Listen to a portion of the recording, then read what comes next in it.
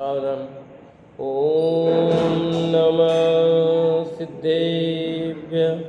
ॐ नमः सिद्धेभ्यः। ॐ नमः सिद्धेभ्यः। ॐ जय जय जय। नमोस्तु नमोस्तु नमोस्तु। नमो अर्यन्ताणं नमो सिद्धाणं नमो ऐर्याणं नमो वज्रायाणं नमो लोये सवसाहुणं। मंगलम भगवान वीरो मंगलम गौतमो गणी मंगलम कुंद कुंदार्यो जैन धर्मो सुमंगलम सर्वमंगलम मांगल्यम सर्वकल्याणकारकम प्रदानं सर्वधर्माणां जैनं जयतु शासनं जैनं जयतु शासनं। अरिहंत देव वंदे गुरु वंदे न गणनान्यरायो धम्मदया मे वंदे कमक कारणं शुद्धम। बोले जिनवाणी मात की जय, बोले श्रुति मात की जय। सुदृष्टि तरंगिणी नाम का ग्रंथ पंडित टेकचंद जी कृत। और कल हमारी चर्चा हुई थी निमित्तों को काल मृत्यु समान जानकर उससे सावधान रहना। और दूसरा बिंदु हुआ था इन परिस्थितियों में मुनीश्वर नहीं रहते, किन परिस्थितियों में मुनीश्वर उस जगह नहीं रहते, वो बात हुई थी।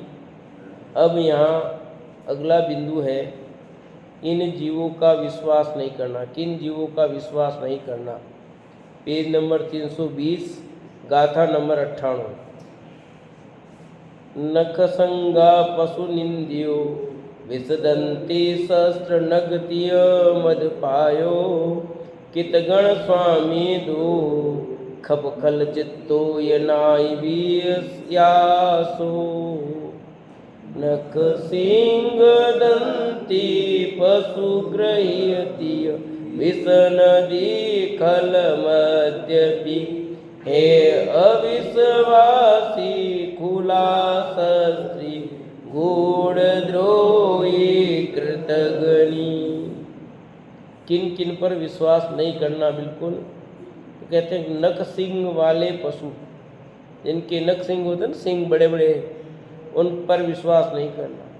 नदी, जहर, दांत वाली त्रिंच, हाथ में नग्न खुला हुआ शस्त्र ली हुई व्यक्ति, तीय घर की स्त्री, दारू का मत वाला, कृतघ्नी, स्वामी द्रोही, गूढ़ मन के धारी, दुष्ट परिणामियों का विश्वास नहीं करना चाहिए। कितने लोगों पर विश्वास नहीं करना लिखा? पर एक बात नहीं जची, बाकी सब जच गए ना। घर की स्त्री पर विश्वास नहीं करेंगे तो किस पे करेंगे? पर ये सब बातें लिखी है। तुलसीदास जी ने भी लिखा शूद्र पशु नारी ये सब है ताड़न के हारी है। उस पर कितनी बहस हुई है और कितना कितना लोगों ने लिखा है। कब विश्वास नहीं कर, सब यहाँ आगे खोलेंगे। नख सिंह वाले पशु पर विश्वास नहीं करो, नदी पे नहीं, जहर पे नहीं, दांत वाले त्रिंचों पे नहीं, हाथ में नग्न खुला जो शस्त्र लिए व्यक्ति उस पे नहीं, घर की स्त्री का नहीं, दारू का मतवाला का नहीं, कृतघ्नी का नहीं, स्वामी द्रोही का नहीं, गुड़ मन के धारी जो है, ऐसे दुष्ट परिणामी व्यक्तियों का विश्वास नहीं करना। अब एक एक का खुलासा भी करते हैं यहाँ। क्यों नहीं करना? अपने नख से अन्य जीवों का घात करने वाले रीछ, सिंह, श्वान, मार्जार आदि दुष्ट नखी त्रिंच जीवों का विश्वास करना योग्य नहीं है। नख वाले कहलाते हैं, रीछ है, सीध, नख से वो घात करते हैं सारा। और कैसा घात करेंगे? सामने वाला मौत को प्राप्त हो जाएगा ऐसे, इसलिए उन पर कभी विश्वास नहीं करना है ना। अखबार में आज ही किसी ने उसने 3 शावक दिए, 3 बच्चे पैदा हुए कल शावक उसके, तो अब तीनों को कैसे दवाइयाँ दी जा रही है, पाल रहे हैं वो, और विश्वास नहीं किया जाता ना, उनको कैसे तरीका, उस तरीके से वो सब करते हैं। बिल्ली, हाँ, स्वान माने कुत्ता, रीछ है, सी है, कुत्ता है, बिल्ली है, इन दुष्ट नखी तृणजीवों का कभी विश्वास नहीं करना चाहिए, नक मार देंगे। सींगों से अन्य जीवों को मारने वाले भैंसा है, वृषभ, बैल है, मेढ़ा है, मृग आदि तीक्ष्ण सिंहधारी तृणों का विश्वास करना योग्य नहीं है। ये जिनके सिंगड़े हैं वे देखो कैसे झगड़ते हैं, कैसे मार देते हैं, उठा के फेंक देते हैं पूरा पूरा। स्वयं बहुत ही बलवान, जल का तैराक होने पर भी स्वान बादलों की वर्षा से चढ़ी हुई अमर्यादा जल प्रवाह रूप से प्रवाहित भयान नदी का विश्वास करने योग्य नहीं है। बाढ़ आई हुई नदी का विश्वास नहीं किया जा सकता। नदी लिखा हर समय नदी नहीं, जिस समय उस नदी में बाढ़ आई हुई है उस समय नदी का विश्वास नहीं करना। सामान्य रूप से बहती नदी है तो उसमें तो आप नदी पार कर जाओगे, कोई दिक्कत नहीं है। पर जिसमें बाढ़ आ गई है, पानी बह रहा भयंकर तेज ज़्यादा, तो उसमें अपने को हाथ पैर नहीं मारने जबरदस्ती, चले जाओगे। तो बाढ़ युक्त जो नदी है उसमें तैरना नहीं। मैं रोज नदी को तैरता हूँ, तैरता होगा तो रोज नदी में रोज बाहर निकलता होगा, इस किनारे से उस किनारे पर। अभी बाढ़ आई हुई है ना, विश्वास नहीं करना नदी, उस नदी का। स्वयं बहुत ही बलवान है, भले जल का तैराक होने पर भी सावन भादों की वर्षा से चढ़ी हुई अमर्यादित जल का प्रवाह रूप से प्रवाहित भयान नदी का विश्वास करने योग्य नहीं है। जिसके भक्षण से मरण हो जाए, देखते ही प्राण नष्ट हो जाए, ऐसे माँ हलाल विष को धरने वाले क्रूर सर्प, बिच्छू आदि विष वाले जीवों का कोतुल वश भी विश्वास कर सेवन करने योग्य नहीं है। सांप है, बिच्छू है, जिनको हाथ में पकड़ो तो डंक मार देंगे जहर, तो ऐसे पर भी विश्वास नहीं करना। माँ जो हलाल विषधारी है, ऐसे जंतु वो पर भी विश्वास नहीं करना। जबरदस्ती हाथ में ऐसे खुले में नहीं पकड़ना भैया। बिच्छू जहरी होता, बिच्छू पे काटता है, क्या हालत खराब हो जाती है व्यक्ति की। चेर क्यों नहीं होता, उसके अंदर पूरा सूजन आ जाती है, पानी मांगना भूल जाता है वो व्यक्ति। मरण को भी प्राप्त हो सकता है, नहीं भी हो। सांप के काटने से भी मरण को प्राप्त हो, नहीं भी हो वो तो, परंतु जहर चढ़ता है वो। छिपकली का भी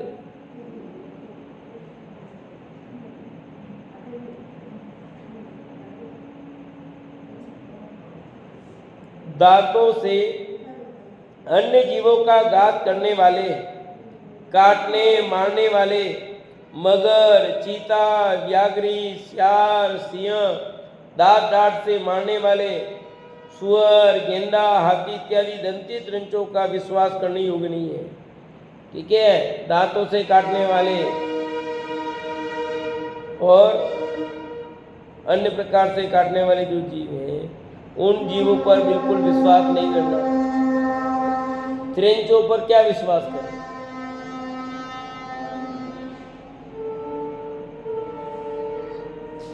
पालने का निषेध क्यों करते हैं ज्यादातर? इसीलिए आपको उठा के फेंक दे वो।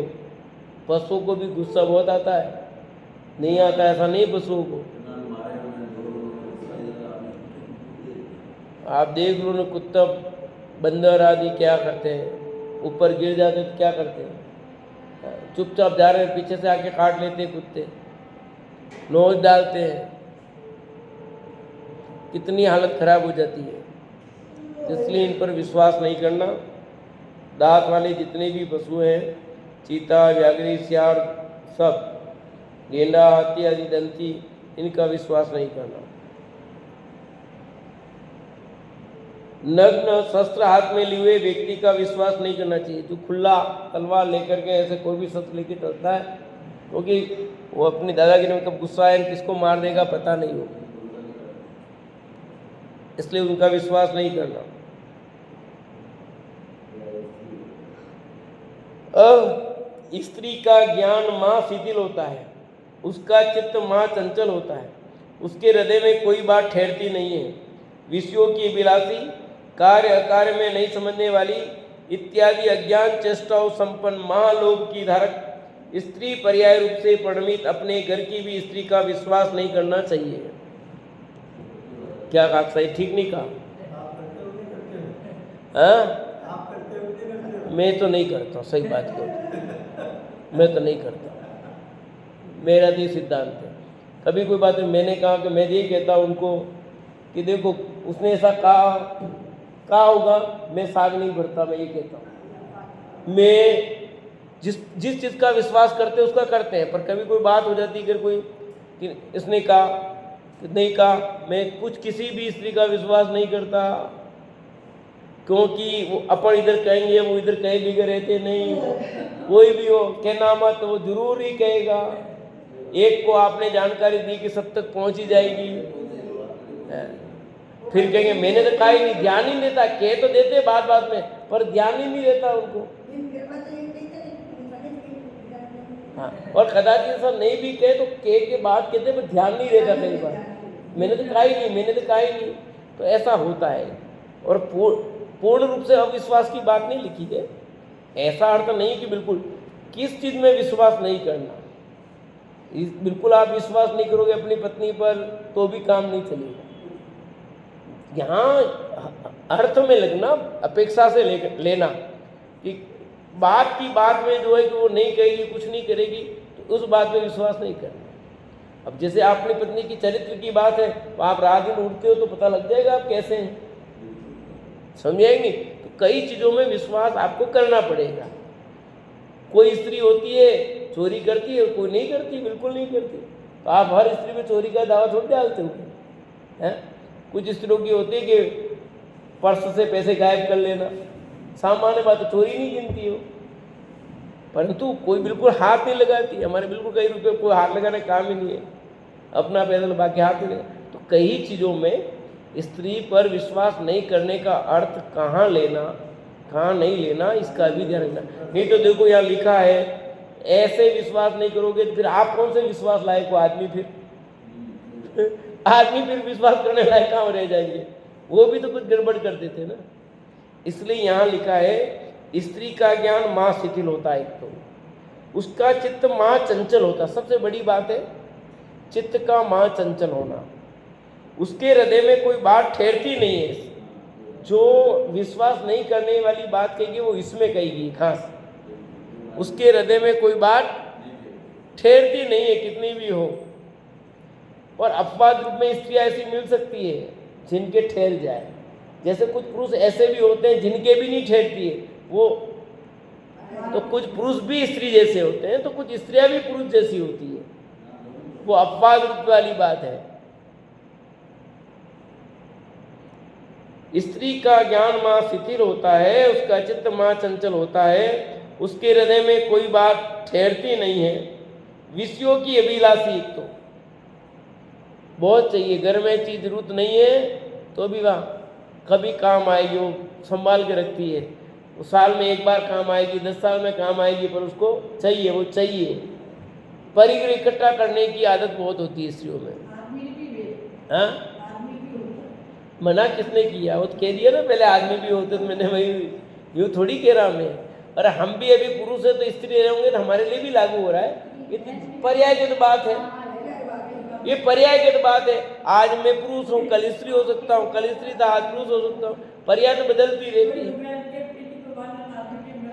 हाँ होते ना, तो कुछ स्त्रियाँ भी पुरुष जैसी होती है, बोल्ड, मजबूत, हर बात में मजबूत, और कुछ पुरुष भी स्त्री जैसे होते हैं, उनके लक्षण वैसे होते हैं, ऐसा नहीं कि नहीं होते। उनके हृदय में कोई बात ठहरती नहीं, विषयों की विलासी, कार्य अकार्य में नहीं समझने वाली।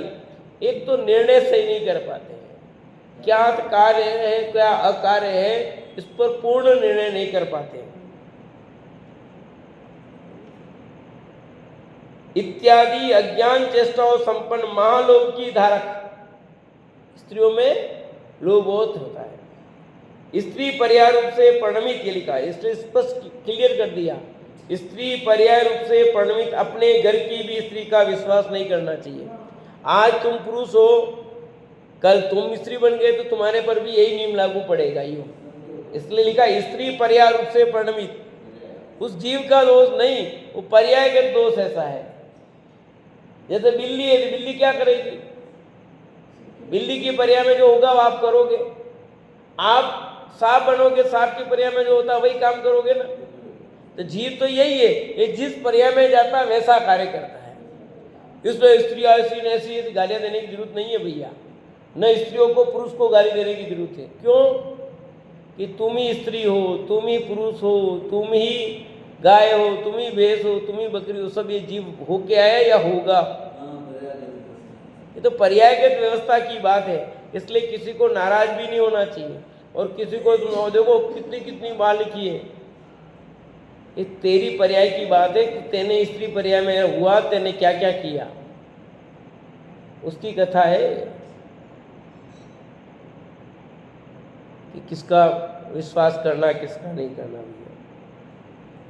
मद्य के नशे में बेहोश हुए मदिरा पाई को भले बुरे का कुछ भी भेद नहीं रहता है। शराबी है, शराब के नशे में उसको कुछ भेद रहता है? इसलिए लिखा ग्रंथों में कि वह माता को भी पत्नी कह दे, न पत्नी को भी माता कह दे। शराब के नशे में कुछ भी बक जाता है। समस्त ज्ञान विभ्रममय हो जाने के कारण, जिसकी अपनी परिणति वश में नहीं होने से प्राधीन अज्ञान चेष्टा के धारक मंदोन्मत्त सुप्त समान बेहोश मद्यपयी का विश्वास नहीं करना चाहिए। शराबी का बिल्कुल विश्वास नहीं करना। कल सुबह के प्रवचन सुनाया था ना, वहां पे शराबी क्या कर लेगा? वो राजा वाली हाथी बेचेगा। पहले कहा ना, हाथी राजा से कह रहा हाथी खरीदना है। दूसरे दिन बुलाया तो वो मैं हुई नहीं।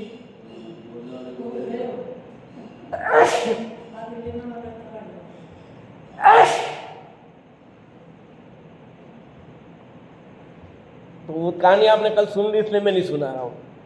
तो बात ये कि शराबी कब क्या बक देगा कोई ठिकाना नहीं है। वो प्रधानमंत्री बन जाए सेकंडों में, और सेकंडों में वो क्या बन जाए पता नहीं है। तो शराबी व्यक्ति पर बिल्कुल भी विश्वास नहीं करना। इसलिए कहते हैं दूर रखना उन लोगों को भैया। पास में शराबी बैठना नहीं उसके पास में। क्यों? उसको ध्यान ही नहीं है कि पास में स्त्री बैठी है कि कौन बैठा, कोई विवेक नहीं रहता है। वो गले में हाथ डाल देगा, ठिकाना नहीं पड़ेगा उसको, है? उसको कोई ध्यान ही नहीं रहता है। इसलिए शराब गाड़ी में जाए, रेल में जाए, शराबी के पास में नहीं बैठना। क्यों कहते हैं? वो विश्वास लायक नहीं, इसलिए तो कहते हैं।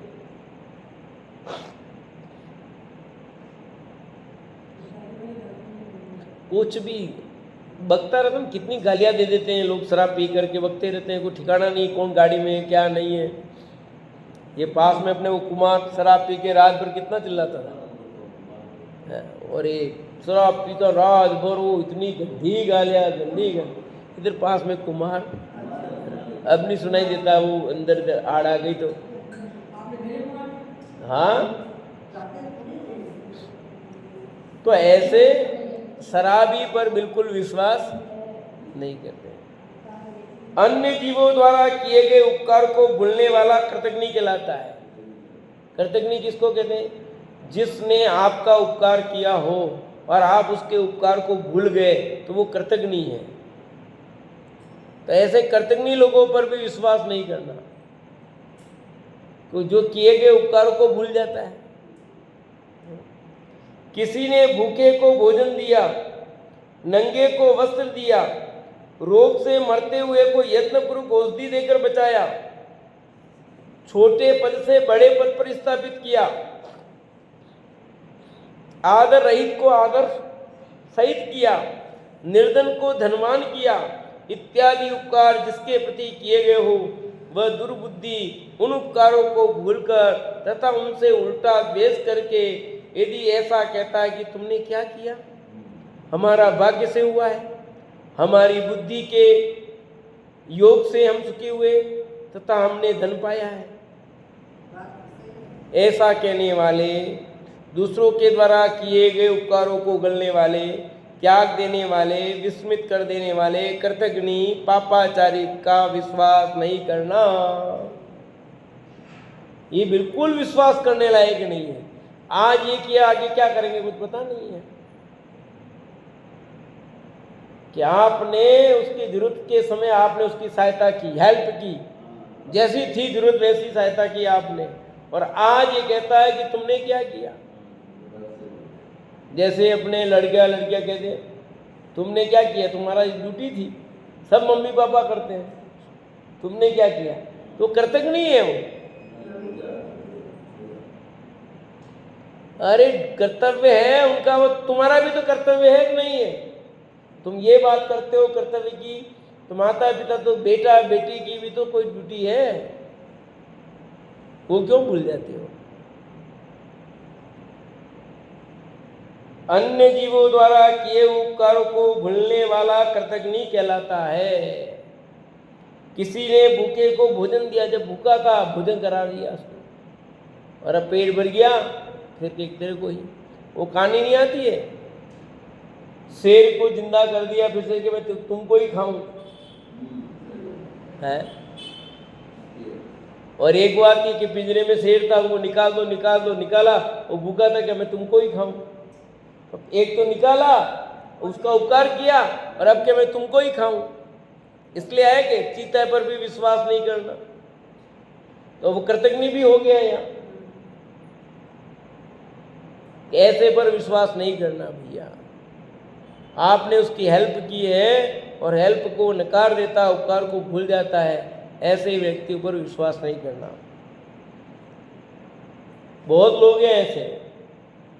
रोग से मरते हुए को यत्नपूर्वक औषधि देकर बचाया। कोई मर रहा था, आपने उसको औषधि दी, उसकी सहायता की, और आज वो कुछ नहीं करे। अभी मैंने एक बात कर रहा था, एक व्यक्ति से बताया कि ये व्यक्ति था, उस व्यक्ति के रोज इंजेक्शन लगते थे 12-12 हज़ार रुपये के महीने के, और मैंने इसको दवाई दी और इसके इंजेक्शन बंद हो गए। पर अब ये एक धन्यवाद शब्द भी नहीं मेरे को, तो अब वो कृतज्ञ हो गया ना कि जिस व्यक्ति ने तुम्हारे 12 उसने फ्री में दवाई दे दी तुमको, और तुम उसको धन्यवाद भी दे सकते हो, कुछ नहीं, गुण ही नहीं गिनो, तो क्या हुआ, कृतज्ञ हो गया भैया। छोटे पद से बड़े पद पर स्थापित किया। तुम छोटे थे, अफसर आया, तुमको बैठा दिया आज, और तुम उसको गिनते नहीं हो कि उसने मेरी हेल्प भी की, कुछ की। ऐसे बहुत लोग हैं भैया, ज़्यादातर ऐसे लोग बहुत मिलते हैं, कृतज्ञ लोग बहुत मिलते हैं। आदर रहित को आदर सहित किया। जहाँ समाज में आदर नहीं था, सम्मान उसका आदर दिलाया, ऐसा करो तो उसका सम्मान होने लग गया, अब वो गिनता ही नहीं है। निर्धन को धनवान किया, दुकान में बैठाया, नौकरी दिला दी, कैसे भी किया, उसकी सहायता हो गई। आज व्यापार नहीं तो चलो हेल्प कर दी, आज उसका धंधा हो गया, तो वो गिने ही नहीं उसको। तो ऐसे नहीं भूलना चाहिए। इत्यादि उपकार जिसके प्रति किए गए वह दुर्बुद्धि उन उपकारों को भूलकर तथा उनसे उल्टा द्वेष करके ऐसा कहता है तुमने क्या किया, हमारे जो हुआ वो हमारे भाग्य से हुआ है। बात सही है, भाग्य से हुआ है, परंतु अभी यहाँ व्यवहार में यहाँ भाग्य की बात नहीं करनी, यहाँ तुम्हें उसका उपकार स्वीकार करना है।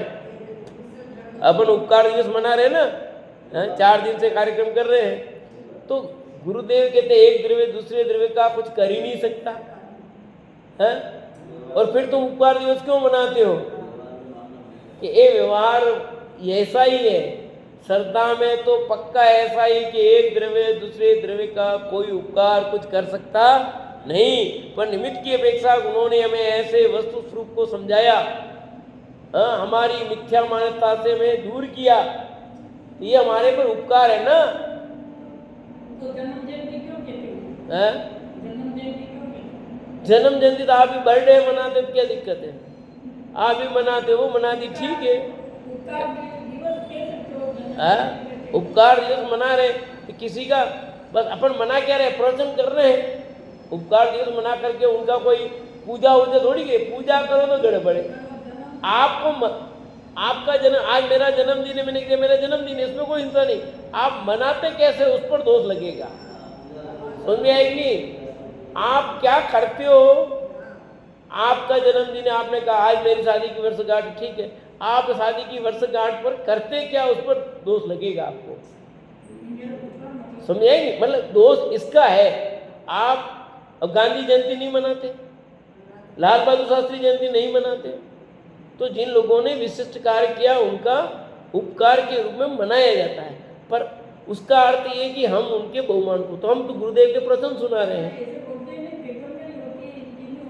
तो आपको 4 दिन में शिविर कर रहे हैं, आपको प्रवचन सुना रहे हैं, 1 3 4 टाइम, 3 सुबह सुना रहे हैं, 2 3 टाइम शाम को सुना रहे हैं, तो ये तो लाभ दे रहे हैं ना। उपकार दिवस मनाया कैसे जा रहा है? उनका आए, भगवान को माला पहना दी और स्वामी जी का फोटो रख दो, माला पहना दो, कर दो, तो ये उपकार दिवस थोड़ी मनाते हैं। ये आप कैसे मनाते हो, उनके गुणानुवाद श्रद्धा में होना चाहिए कि हमको ये तत्व भरोसा है। उपकार दिवस का मतलब सामान्य कथन ये कि गुरुदेव नहीं होते तो कहने में आएगा, पर क्रमबद्ध पर्याय में तो जो होना वही होगा। गुरुदेव नहीं होते ऐसा कैसे हो सकता था? और हमारे तत्व की बात समझ में आनी थी तो आती, नहीं आती कोई बात नहीं। ये सच्ची श्रद्धा की बात तो ऐसी ही है, पर व्यवहार के कथन में ऐसा कहा जाता है, और यार मैं तो भी मर जाए, डॉक्टर साहब आगे बहुत अच्छा हो गया। सामान्य कथन तो ऐसा ही कहा जाएगा कि नहीं कहोगे? बोलो। तो व्यवहार का कार्य, व्यवहार की क्रियाएं जो होगी वो होगी, पर मिथ्यारूप नहीं होनी चाहिए वो। आप मिथ्यारूप कर दोगे तो दोषपूर्ण है। आप अष्टद्रव्य से पूजा करते हो तो गलत है। देव शास्त्र गुरु की पूजा होगी अष्टद्रव्य से। तो जिसका उपकार किस रूप में स्वीकार करना वो है। आपका मैंने कुछ भला किया और आप आकर के मैंने आरती करो मेरी, और मैं अष्टद्रव्य से पूजा करो तो गलत हो गया। ये तो थोड़ी उपकार दिवस मनाते कोई। तो आप मेरा उपकार ऐसे गिनोगे तो नहीं चलेगा। तो क्या करो, आपको उपकार शब्दों के द्वारा, आपको जरूरत पड़ गई, मान लो मुझे तो किसी की हेल्प करो मेरी, तो ये आपने उपकार नहीं भूला। अब मेरी जरूरत पड़ी और आप मेरी हेल्प नहीं करते हो, तो आपने मेरे उपकार को कहाँ गिना? ऐसा। तो यहाँ उपकार का मतलब ये है, कर्तव्य वो है कि उपकार को नहीं गिने। तो हमने गुरुदेव से वस्तु स्वरूप को समझा है, स्वीकार किया है, वो हमारी समझ में आए, फिर हम कहें नहीं ऐसा कुछ नहीं है हमारे भाग्य में। तक बिल्कुल बात तो सत्य ऐसी, तेरी होनार बली थी तभी तेरी समझ, तेरे उपादान में योग्यता नहीं होती तो निमित्त क्या करे? कुछ नहीं करता, क्योंकि सबको कहाँ समझ में आई है। और तू ऐसा कहता, इसका मतलब तेरे समझ में आई नहीं क्रमबद्ध पर्याय। जो शब्दों से सिद्धांत समझाना तब कहता है अलग बात है, पर वास्तव में ऐसा ही कहता है कि नहीं कुछ भी नहीं है, तो फिर वो कृतज्ञ नहीं है भैया। जिसने आपका भला किया है तो शब्द की भाषा व्यवहार में और कहने में ऐसा ही आएगा कि इन्होंने मेरा बहुत बड़ा उपकार किया भैया। आज ये नहीं होते तो मैं यहाँ नहीं होता भैया, ऐसा कहेंगे ना जिसने हमारी हेल्प की है। तो ऐसे हम गुरुदेव के विषय में भी यही बात है कि उन्होंने तत्व को हमें समझाया, हमारी समझ में आया, तो वो उनका उपकार उस रूप में स्वीकार करना चाहिए। पर आप वो भी नहीं स्वीकार करते तो गलत है। और अन्य रूप में वो स्वीकार कर लेते हो, अति कर देते हो तो भी गलत है। अति सर्वत्र वर्जित। अगला भी ऐसा चाहे कि मेरा ऐसा हो, तो वो भी नहीं है। ऐसा कहने वाले, हमारी बुद्धि के योग से हम सुखी हुए हैं तथा हमने धन पाया है, ऐसा कहने वाले, दूसरों के द्वारा किए गए उपकार को उगलने वाले, त्याग देने वाले, विस्मित कर देने वाले कृतज्ञ पापाचारी का विश्वास नहीं करना। क्यों नहीं करना? क्योंकि जो कुबुद्धि जीव जिसने अनेकों उपकार किए हैं उसका भी नहीं हुआ, वह अन्य द्वारा किए गए अल्प उपकार को कैसे मानेगा? जिसने इतने उपकार किए उसको इस नहीं गिन रहा है, तो किसने सामान्य उपकार करेगा तो उसको क्या गिनेगा ये? तो ऐसे व्यक्ति पर कैसे विश्वास करना? ऐसा जानकर, इससे डरकर इस कृतघ्नि का विश्वास नहीं करना। एक स्वामी द्रोही है जिसने जिस स्वामी के प्रसाद से अनेक सुख पाए, धन पाया, वह छोटे से बड़ा हुआ, समय पाकर वह उसी स्वामी के साथ द्वेष कर उसका बुरा चाहता है, उसे दुखदायी होता है। ऐसे स्वामी द्रोही अपयश की मूर्ति, मृतक समान महालोभी का विश्वास नहीं करना चाहिए। ठीक है, कृतघ्नि वो भी कृतघ्नि है, ये स्वामी द्रोही वो कृतघ्नि है, पर यहाँ पर सिर्फ स्वामी के शामिल लिया, वहाँ कृतघ्नि सब में शामिल किया था। तो जिसके यहाँ वो काम करता है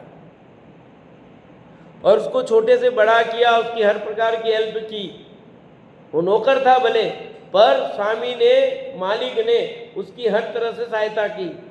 पर अब वो बड़ा हो गया और अब वो कहे तुमने क्या किया, विश्वासघात करे वो, क्योंकि वो उसको सब पता ना, स्वामी ने उस पर विश्वास किया और नौकर पर विश्वास करके सब काम किया, और नौकर थोड़ा सा किसी कारणवश बड़ा हो जाए और फिर स्वामी के साथ घात करे, तो ऐसे स्वामी द्रोही पर भी विश्वास नहीं करना।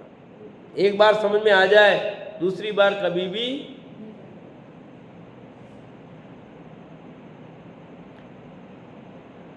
जो अपने चित्त की वार्ता दूसरों को नहीं बतलाता, महामूढ़ हृदय का धारक, मन में अन्य, वचन में अन्य और काय में अन्य रूप कुटिल माया प्रणति का धारक है, उस तीव्र माया कसाय के उदय को भोगने वाले दगाबाज का विश्वास नहीं करना।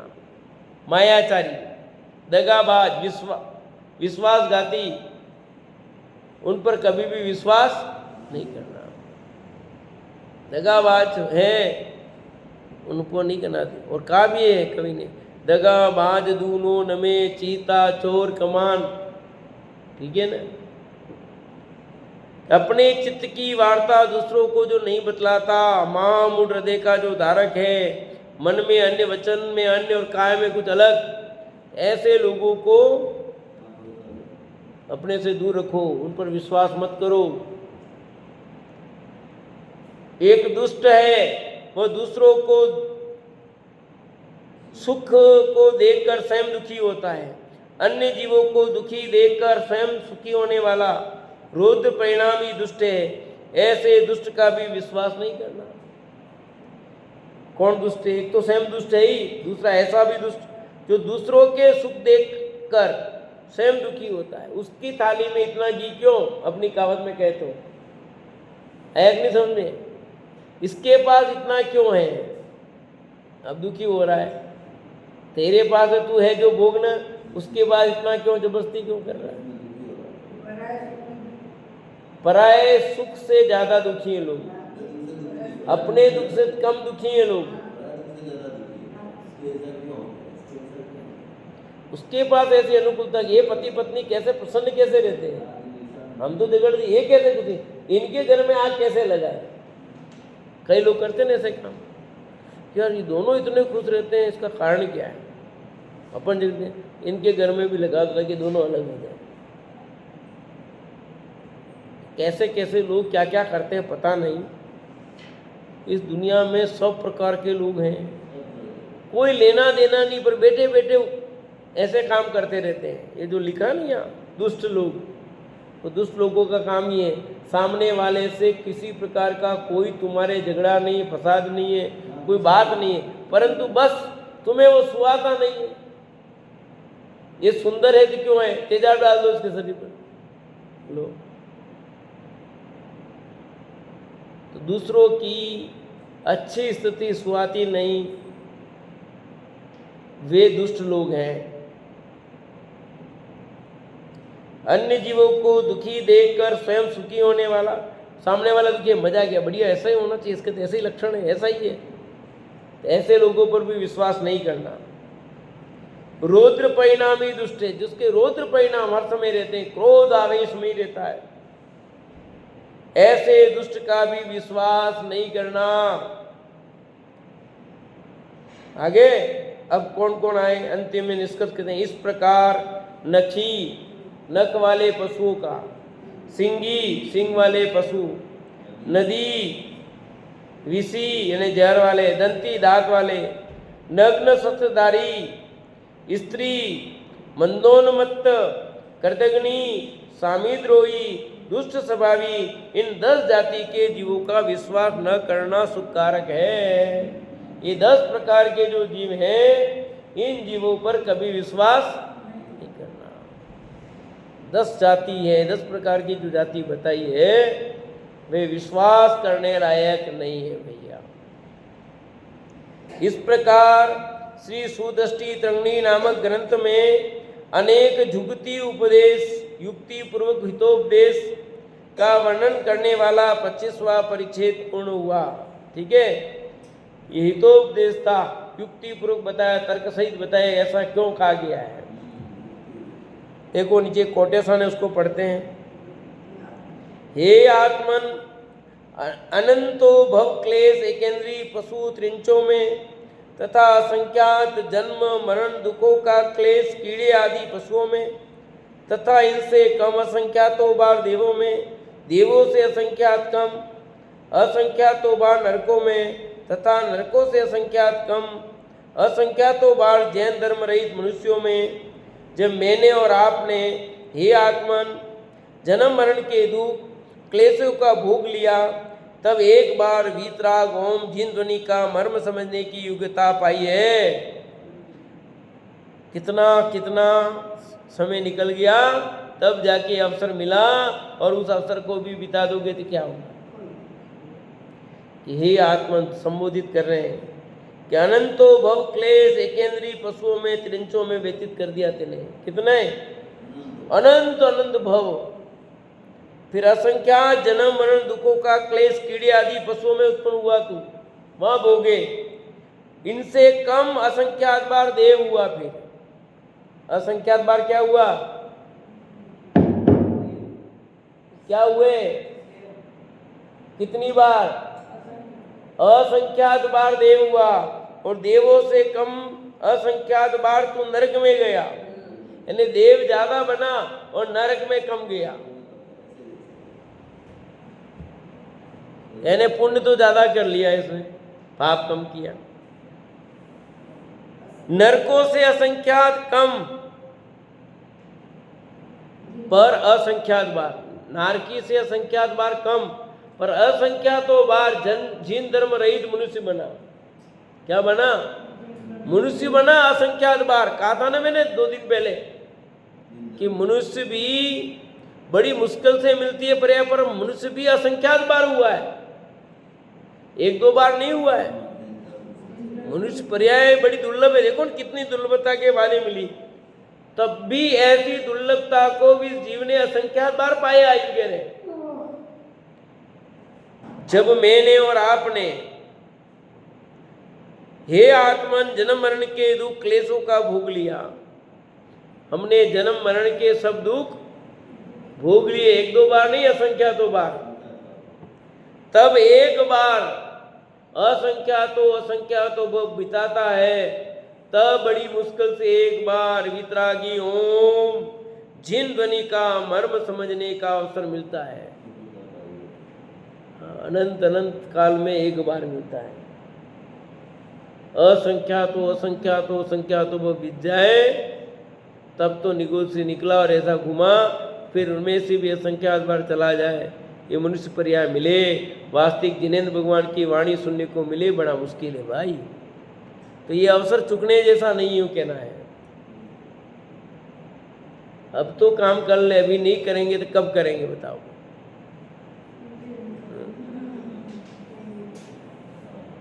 आत्म ध्यान का मार्ग जगत जनों को बाह्य रुचि एवं अन्य अभ्यासता के कारण तलवार की तीक्ष्ण धार के समान दुर्गम लगता है।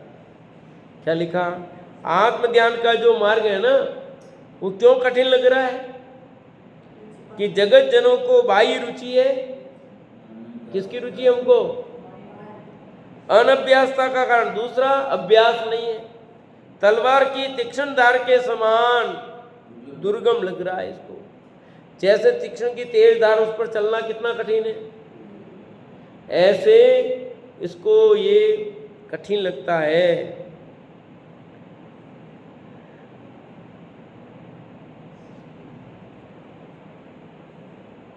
स्वनिर्णय पूर्वक संसार से वैराग्य कर ले और स्वध्यान अपने आप ही होने लग जाएगा। क्या लिखा? खुद के निर्णय से, दूसरों के कहने से नहीं, स्वनिर्णय से क्या करना? संसार से वैराग्य ले, दूसरों की देखा देखी नहीं, दूसरों के कहने से नहीं। कोई प्रकार की समस्या आ जाए, समस्या के लिए नहीं, कर्जा माता हो जाए और महाराज बन जाओ, ऐसा नहीं। हाँ, कई लोग करते हैं अभी, भाग जाते हैं, फिर वेश बना देते हैं, तो दाढ़ी वाड़ी ने बना करके भूभूत लगा करके मंडल लेके घूम जाते हैं। लोग पहचान नहीं पड़ते कि बेईमान है, चोर है, जो ऐसा रूप साधु का बना दिया इसने। दिगंबर वेश तो बनाना बहुत मुश्किल है उसको, उसमें तो पहचान में आ जाएगा, और अन्य वेश साधु का बना के घूमते फिरते हैं। हाँ? नहीं, ऐसे बन करके 2 रुपया की तरह घूमने वाले, और हो जाए कोई, उसमें भी कोई दिक्कत है, पर वो कठिन होता थोड़ा। स्वनिर्णय पूर्वक संसार से वैराग्य कर ले तो स्व ध्यान अपने आप ही होने लग जाएगा, किसी की कोई जरूरत नहीं, ऑटोमेटिक हो जाएगा सब। तो हम स्वनिर्णय करें और अपना ध्यान ऑटोमेटिक हो जाएगा। जब तक अपना निर्णय नहीं होगा तब तक कार्य की सिद्धि नहीं होगी। हम सभी अपने संयम के मार्ग लगें, स्वनिर्णय करें। इसके साथ ही अपना 25वां पर्व पूरा हुआ। अब 26वां पर्व चलेगा, हितोपदेश कथन का आगे कल से।